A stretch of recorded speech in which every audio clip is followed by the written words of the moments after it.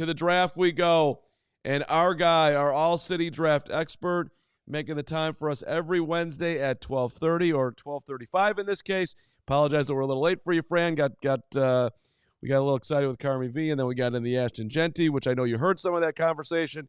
So it just, we've talked about this 100 times, but curious your reaction to what we were just bantering about of the Raiders, and are they going to pass on Jeanty, and do you think it's crazy with how close the running backs are to be taking Jeanty at 10? Where do we sit on all that today on March the 19th, Fran? Look, I would not blame the Bears as we're sitting here on March 19th if they said, you know what, if Ben Johnson stands on the table and says, like, this is what my vision is for this player. He's going to be the foundation of this offense, and we're going to run everything through him, and he's going to take so much off Caleb Williams' plate, and he's by far the best player, and Ryan Poles is on the same page. You go that route, I think that's an acceptable outcome. Would I do it? I think I'm still a year away from saying I would do it. Me personally. I think that still, when you look at this draft, you look at the players on the line of scrimmage that on either side, I know that, look, the Bears have made additions on both sides of the line here this spring, but we know how quickly that can change. We know how fragile that can be. And so to me, I still think I would rather add to one of those groups with that spot, or if it is a trade down, you pick up more assets and you do more in that way. I think that, Braggs, your point that with the quality of this running back class being what it is, if you've got the ability to get, whether it's trade down or if it's, hey, we're going to stay put, we're going to take Mykel Williams, we're going to take Will Campbell, we're going to take, insert player here if it's Mason Graham, whoever it is, and then you get Quinshad Junkins, or you get, Caleb Johnson or Travion Henderson, whoever that player is, in round 2, in round 3. I think that that's an easier pill for me to swallow at this stage of the build. The Bears are picking up at number 10 for a reason, and I know that they've gotten so much better, on paper over the course of the last few weeks. But I to me, still would say I'm a year away from making that call. Fran, I've been saying for a while now the Raiders are the team that just makes the most sense for me. They're at pick number 6. Let's just say, hypothetically, the Raiders don't go running back there. Is there a particular position or player you'd see them as maybe targeting there? Yeah, I mean, my guess would be that you're looking at either side of the line of scrimmage there. I think what's fascinating with the Raiders is that, look, they plucked a number of coaches from the college ranks, and those coaches have shown the propensity to select players that they're familiar with. And that's typically what you see. I mean, you look at what Harbaugh did last year in LA. They drafted so many players that staff was familiar with, had experience with. It started with Joe Alt, and you go right down the list. And it's not just, Harbaugh and Michigan guys, but, they had players, coaches from Notre Dame and from, Florida State now. You go down the list, that they had, their tentacles in a number of different programs. And you would say the same right now about the Las Vegas Raiders. And so I do think that there are a number of options on either side of the ball that would make sense line of scrimmage wise. I do think Tetsuo McMillan, that's probably his ceiling, is 6 overall. Pete Carroll's son, Brennan Carroll, he was the offensive coordinator at Arizona when T-Mac had that huge year in 2023. So I would say that is the ceiling. But my guess is that it's going to be Ashton Jeanty, just kind of reading the tea leaves there with the Las Vegas Raiders. Because that is the biggest question, right? Like, if not the Raiders, because I'm talking with Bears fans about Ashton Jeanty, I just feel like it's wasted energy. It's fascinating. It's fun to talk about, but realistically, I don't think he's going to fall to 10. I'm with you on it. But, you look at the Raiders running back room, I think we all understand why they would want to take a guy like Ashton Jeanty. But I'm curious, let's say the Raiders in that scenario do take somebody else, because the running back draft class is so deep for every team in the league. Well, then what other team in the top 10 would even consider Ashton Jeanty, or is it just the Raiders? I really think at the end of the day, it is just the Raiders. I think that you could make the argument for a couple of these other squads, but, really, it's like I said about Chicago. When you're picking up that high, there's a reason you're picking up that high. You've got holes in a number of different spots. And so when I don't know that those teams are going to be a running back away. The reason why I feel that the Raiders would make that call, you just go back to like Pete Carroll and John Spytek, their opening press conference. And Pete Carroll said, and he looked right into the camera and he was like, look, all the other stops I've been, we took our time. We built it up. It took us a couple of years until we were ready to compete. That's not the plan here. Our plan is to come in and hit the ground running and compete right away in the AFC West. And so, look at the other additions that they've made this offseason. Really, the only position they haven't put a ton into has been running back. I know they went and got Raheem Mostert, but he's certainly on the back end of his career. I think when you look at it, all signs point to Ashton Jeanty being Marshawn Lynch for Pete Carroll. Interesting. And I promise, as we get closer to the draft, my goal is to actually get into the weeds of this draft and not just keep playing the hits. I know the fans want to talk about Jeanty, and we want to talk about these top-line guys at 10. You want to talk about Jeanty. I actually like to get deeper into this because I feel like I have a good grasp of the 5-6 players they should take at 10. But that being said, we'll get into the weeds here this show and as we get closer. But we talked a lot yesterday about Will Campbell and this consensus of whether or not his arm length is only guard worthy or can he be a left tackle in the NFL. Talking to him at the combine, he certainly feels like somebody that wants that opportunity. So I'm curious just your overall evaluation of Will Campbell and if he even has the ability to have a chance to be a left tackle in this league. I do. I went back and even just after the combine, I just plugged in. Let me just watch all of his true pass sets. Just go back and take away play action and screens and all that. Just straight dropbacks. How many times was he stressed? How many times did he have trouble in the SEC? And honestly, I didn't see anything that was major red flag for me. And I know that the arm length is going to be an issue. And look, those guardrails are in place with teams for a reason. There's historical precedent that would say so. And to me, when I look at it, and this is quarterback hand size, this is tackle arm length, this is pass rusher arm length and wingspan. It's all that. It's not an issue unless it's an issue, right? If guys have an understanding of what their strengths and weaknesses are and they know how to cater their game to their strengths and weaknesses, I'm cool with it. And so when I look at Will Campbell, I did not see huge issues from a pass game standpoint. There was a stat that I pulled right after the combine. So I told you I went back and I went through just looking at those true pass sets. That's a stat that PFF utilizes, again, removing play action and screens and RPOs, just to get a sense of how often are teams putting their linemen in a position where they have to just straight drop back and pass. 39% of Campbell's career snaps fit this description of a true pass set. That's the highest of any tackle or guard drafted since PFF started charting this full time. On those plays, he gave up 0 sacks. So he did it more than anybody, and he never gave up a sack. And again, this is all PFF, and you can go back and forth on their grading and things like that. But in the SEC, a guy who, by the way, started as a true freshman, and as I've gone through the numbers and metrics and stats on offensive linemen over the last few years, as I've been doing more of this draft stuff, looking at the historical numbers, the offensive linemen that come in and start right away, their analytical profiles typically don't look good because when they first step on the field, they struggle. You get an 18-year-old going up against 21 and 22-year-old defensive linemen, it usually doesn't go well. Will Campbell was a starter from day one, stepped on campus and became a starter at left tackle for LSU and never had issues. I feel good about his ability to transition to the NFL. And you know what? If it doesn't happen at tackle, then I think he's going to be an elite guard. And so I just feel good about that bet. If my leg wasn't busted, I might get up and flip this table for Will Campbell. That is how strongly I feel we need to draft Will Campbell. Okay, just calm down. All right. I don't want to say you don't know anything, but just chill out. I will not chill out. He might be who you think he is. He might not be. We don't need to be flipping any tables. But for the record, did you just hear him? Yeah, no, I did, and I was going to say on the show, Steven, clip what he just said about Will Campbell after the show because that Bears fans will get into it. I mean, Fran's got Will number 5th on his big board, right ahead of Membo 6, Mason Grant 7. So it's just this is actually the first time that I've gone deep into your big board here. And I want to read you something that I got from my good friend Al Harris, who played for the Bears, who's been on the show. And I'm talking about edge guys. You'll enjoy this one. So he texted me today. You're hearing a ton of conversations about defensive linemen regarding their 40, their shuttle cone, broad jump, vertical jump. Those things are nice add-ons, but many have failed despite having good results in them. The key is BBs, boxing and bending. How quick and accurate are their hands in disengaging or boxing the offensive lineman and hands away from their body? And how well can they bend and get underneath the offensive lineman? Because leverage always wins. And you're nodding your head yes to this, Fran. And I'm looking, you're the highest edge that you have after Abdul Carter. You got to go all the way down to 21 where Michael Williams is landing. And I've seen him mocked at 10. I've seen him mocked at 30. So I'm just wondering, to Al's criteria, does anybody stand out in your mind?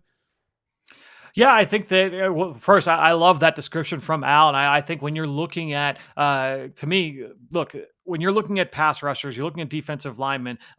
It's an area where I value production. I value guys that show the ability to whatever way possible. You beat the guy across from you. You find your way to the football. Those are the guys that to me that I value most. And when you're talking about that ability, you said it was the box and bend, right? So you're talking about beating the guy across from you, being able to win at the top of the rush. And then do you have that ability to then turn, close, and finish and find the ball? And that's where I get tripped up on some of these guys that we're talking about, right? And so that's one of the issues we've talked about with Shamar Stewart. I get why he's going to go in the first round. He's going to go in the first round. I get why he's going to go there.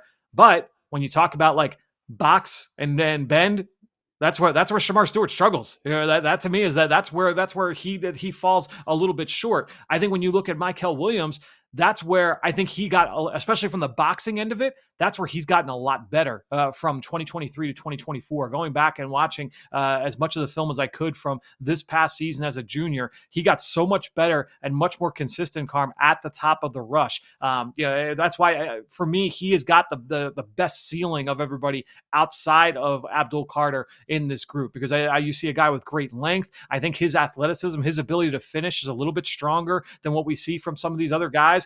And then for me, and look, you can go to my big board right now. You can see like who are some of the other names.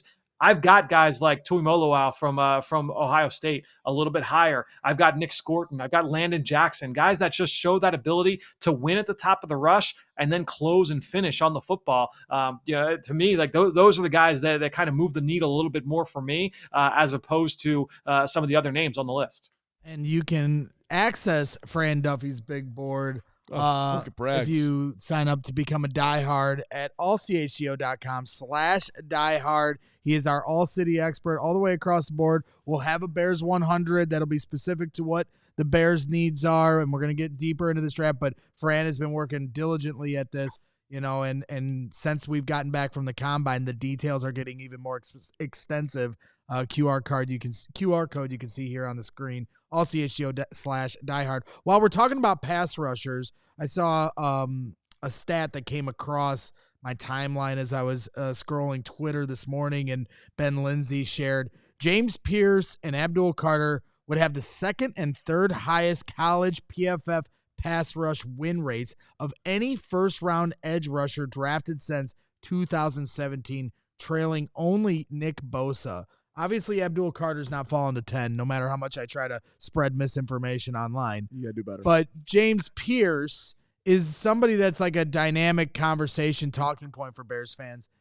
I know he doesn't fit the Dennis Allen prototype, but as a guy that knows how to get to the quarterback, I don't know if the Bears outside of Montez Sweat really have that defined guy.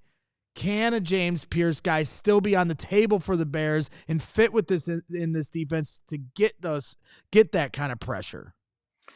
Potentially. And that's what's interesting. When I go back and I look at, because basically what I do, Braggs, is I keep a 10-year sample. That's why a lot of the times when you hear me talk about the historical numbers, I'm always talking about a 10-year sample size of the last 10 drafts. And so going back, exactly right. That number is exactly when you look at who the top pass rush win rate from PFF over the last decade. Nick Bosa's number one. I'm just going to read you through some of these names. All right. So it's Nick Bosa, number one. And these aren't just first round picks. This is just everybody. Nick Bosa, Josh Hines-Allen, Josh Uche, Nick Benito, Chase Young, Trey Hendrickson, Kingsley Enagbare somehow fell to round third to the day three.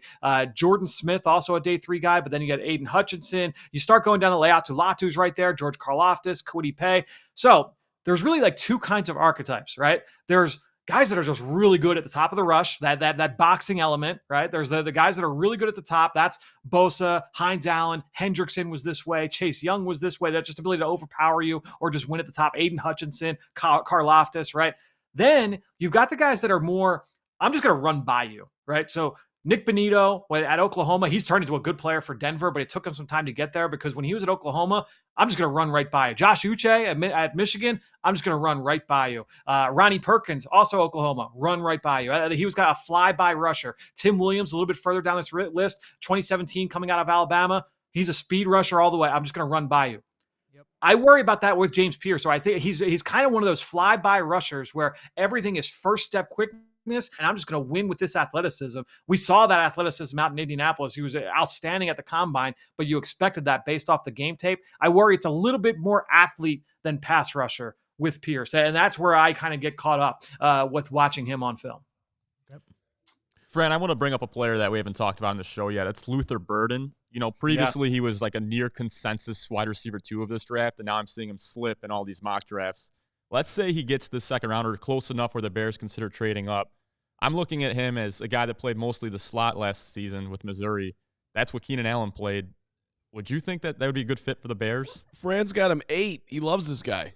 Yeah, you're barking up the right tree with me, Steve. I think when you're looking at Luther Burden, I'm at a loss right now because it's almost like a panic because I'm like, all right, like what am I missing here off the field? Is there something like a medical or some kind of off the field thing that I'm missing that others in the business or in the industry are that have access to? And I've been asking around, and I haven't seen anything major for me to drop him. And the biggest thing that people talk about is like, oh well, the production fell off this year.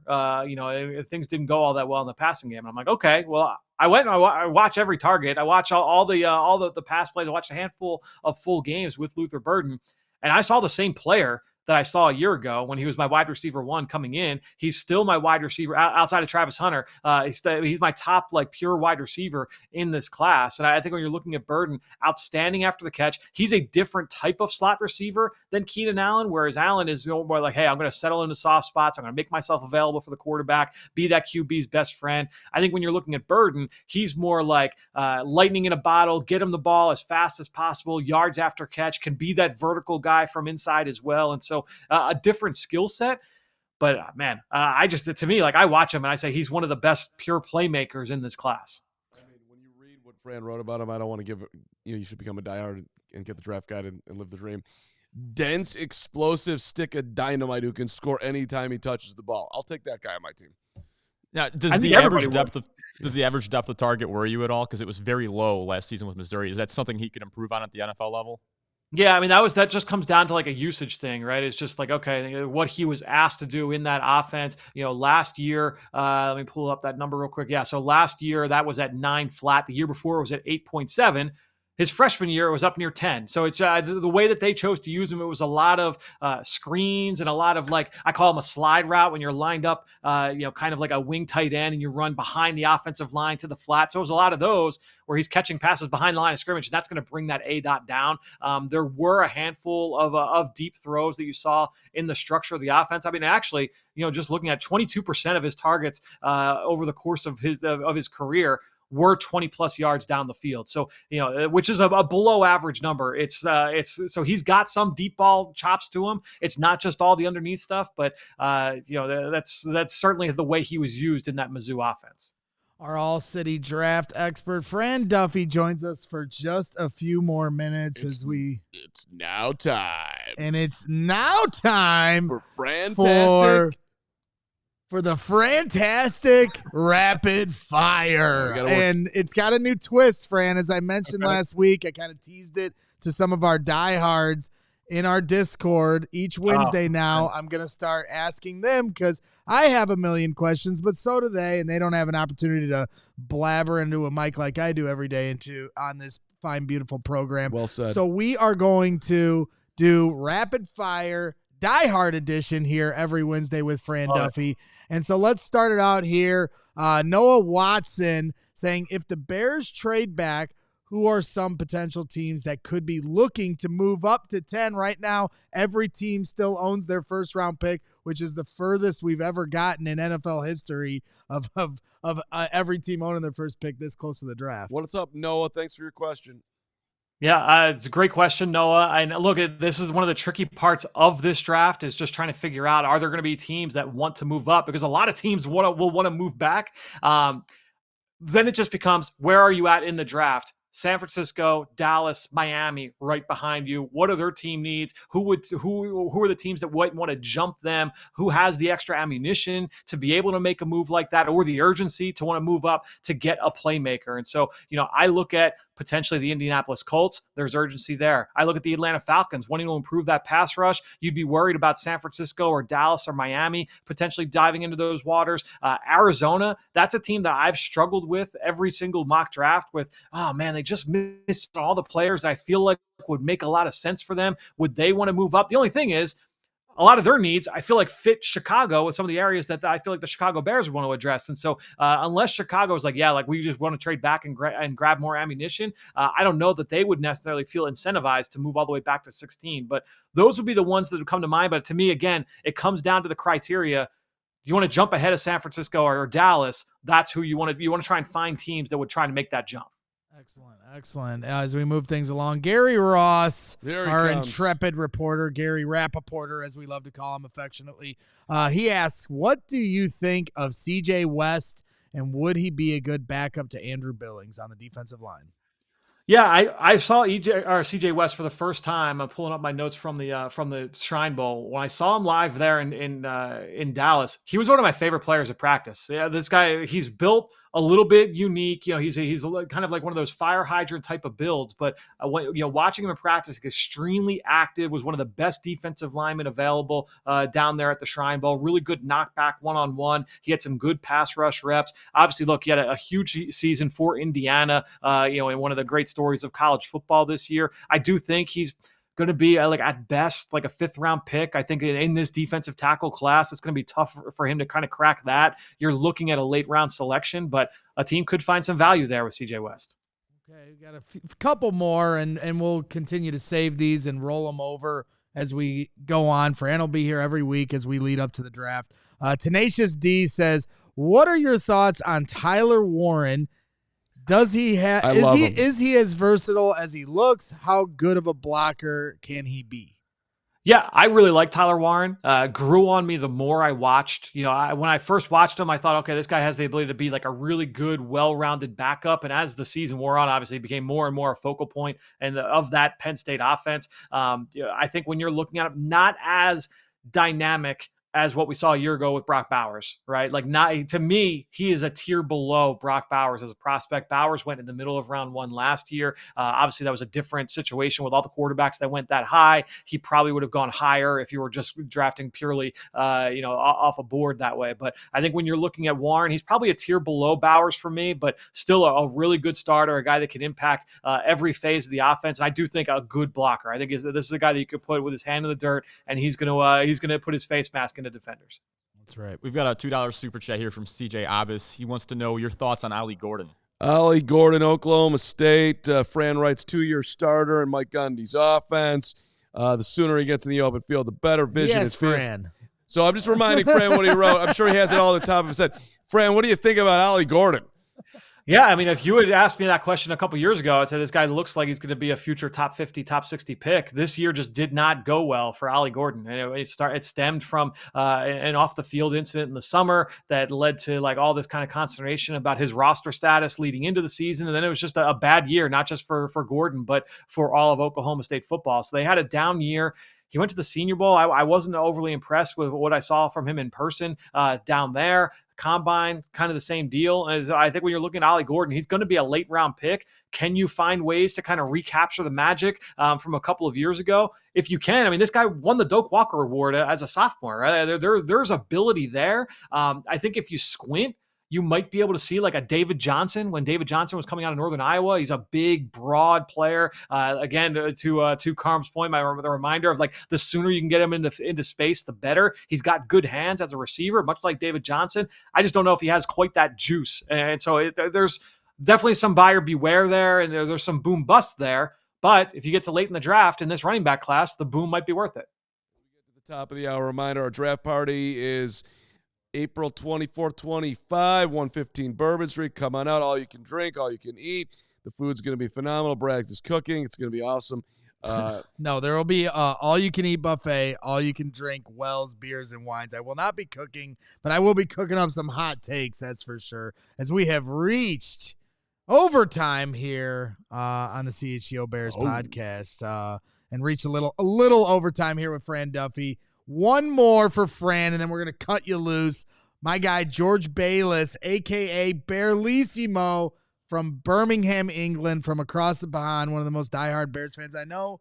And we have unlocked your Bearlissimo tag name to come in. I found it. You're Steven back. found it, so you have been unshackled. But $2 super chat. He says, Kaimon Rucker is underrated. Your thoughts?